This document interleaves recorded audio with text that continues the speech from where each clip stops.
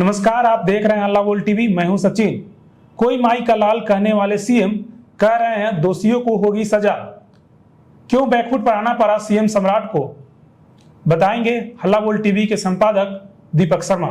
Back foot पर इसलिए आना पड़ा सचिन जी क्योंकि कोई माई का लाल जब कह रहे थे बिहार के मुख्यमंत्री सम्राट चौधरी, तब उन्हें इस बात का इल्म नहीं था कि बिहार की जनता बागी जनता है, ये जिंदा कौम है, ये 5 साल इंतजार करने वाली कौम नहीं है। ये सड़क पर उतरती है तो बिहार से लेकर दिल्ली तक का तख्त ताज हिला देती है।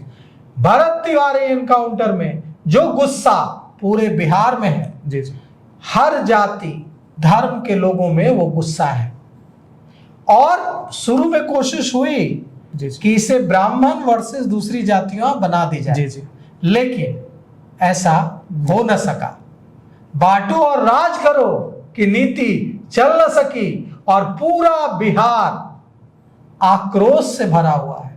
इससे दुर्भाग्यपूर्ण दिन बिहार की पुलिस के लिए क्या होगा कि बिहार के पूर्व डीजीपी अभयानंद ने आज हल्ला बोल टीवी से बातचीत में कहा कि पुलिस को यह याद रखना चाहिए कि वो जनता के बीच काम करती है, वो कोई किले में नहीं रहती।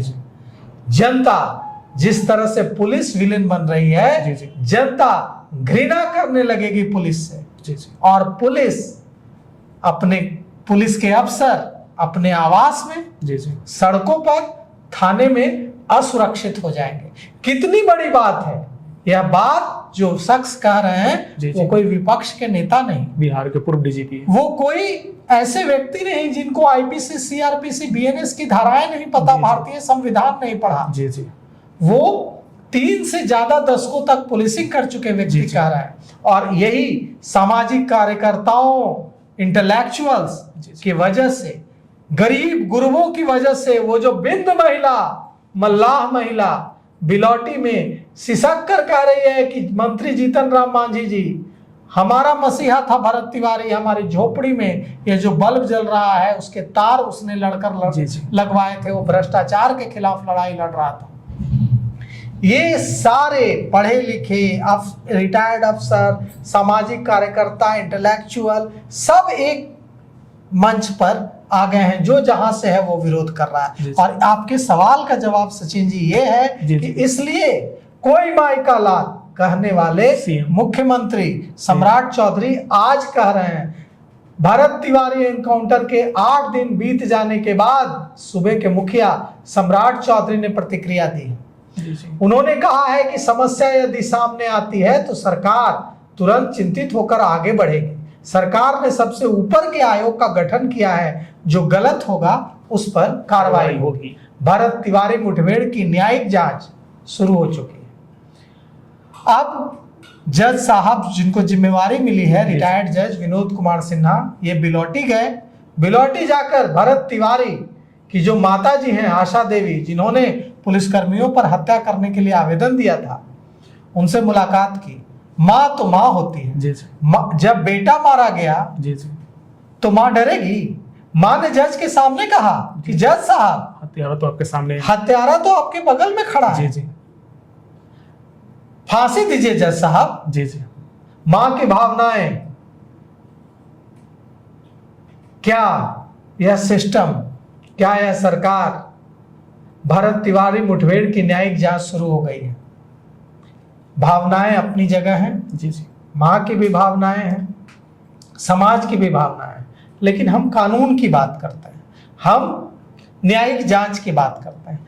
पूरा बिहार पूछ रहा था कि टर्म्स ऑफ रेफरेंस कहाँ है, न्यायिक जांच जो हो रही है, विनोद कुमार सिन्हा कर रहे हैं। उस आर.के. मिश्रा आए यहीं इसी कुर्सी पर बैठकर, उन्होंने पूछा कि टर्म्स ऑफ रेफरेंस कहाँ है। सब पूछ रहे थे कि टर्म्स ऑफ रेफरेंस कहाँ है।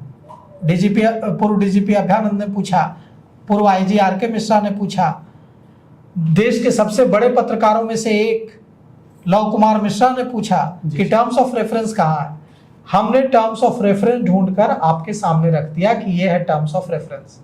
टर्म्स ऑफ रेफरेंस को लेकर प्रशांत किशोर की पार्टी ने सवाल उठाए।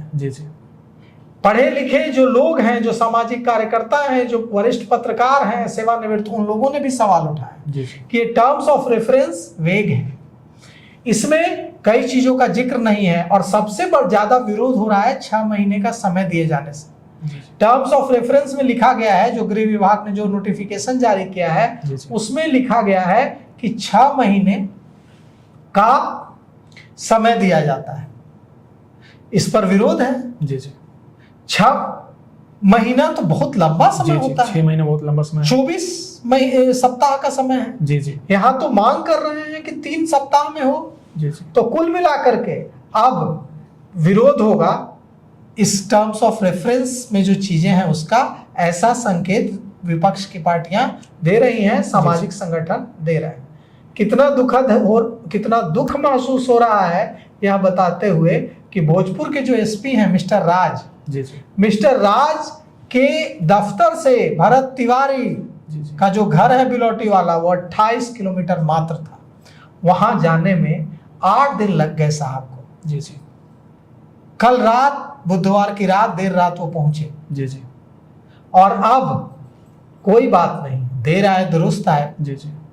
हम उम्मीद करते हैं कि यह जो न्यायिक जांच गठित हुई है यह दूध का दूध और पानी का पानी कर देगी।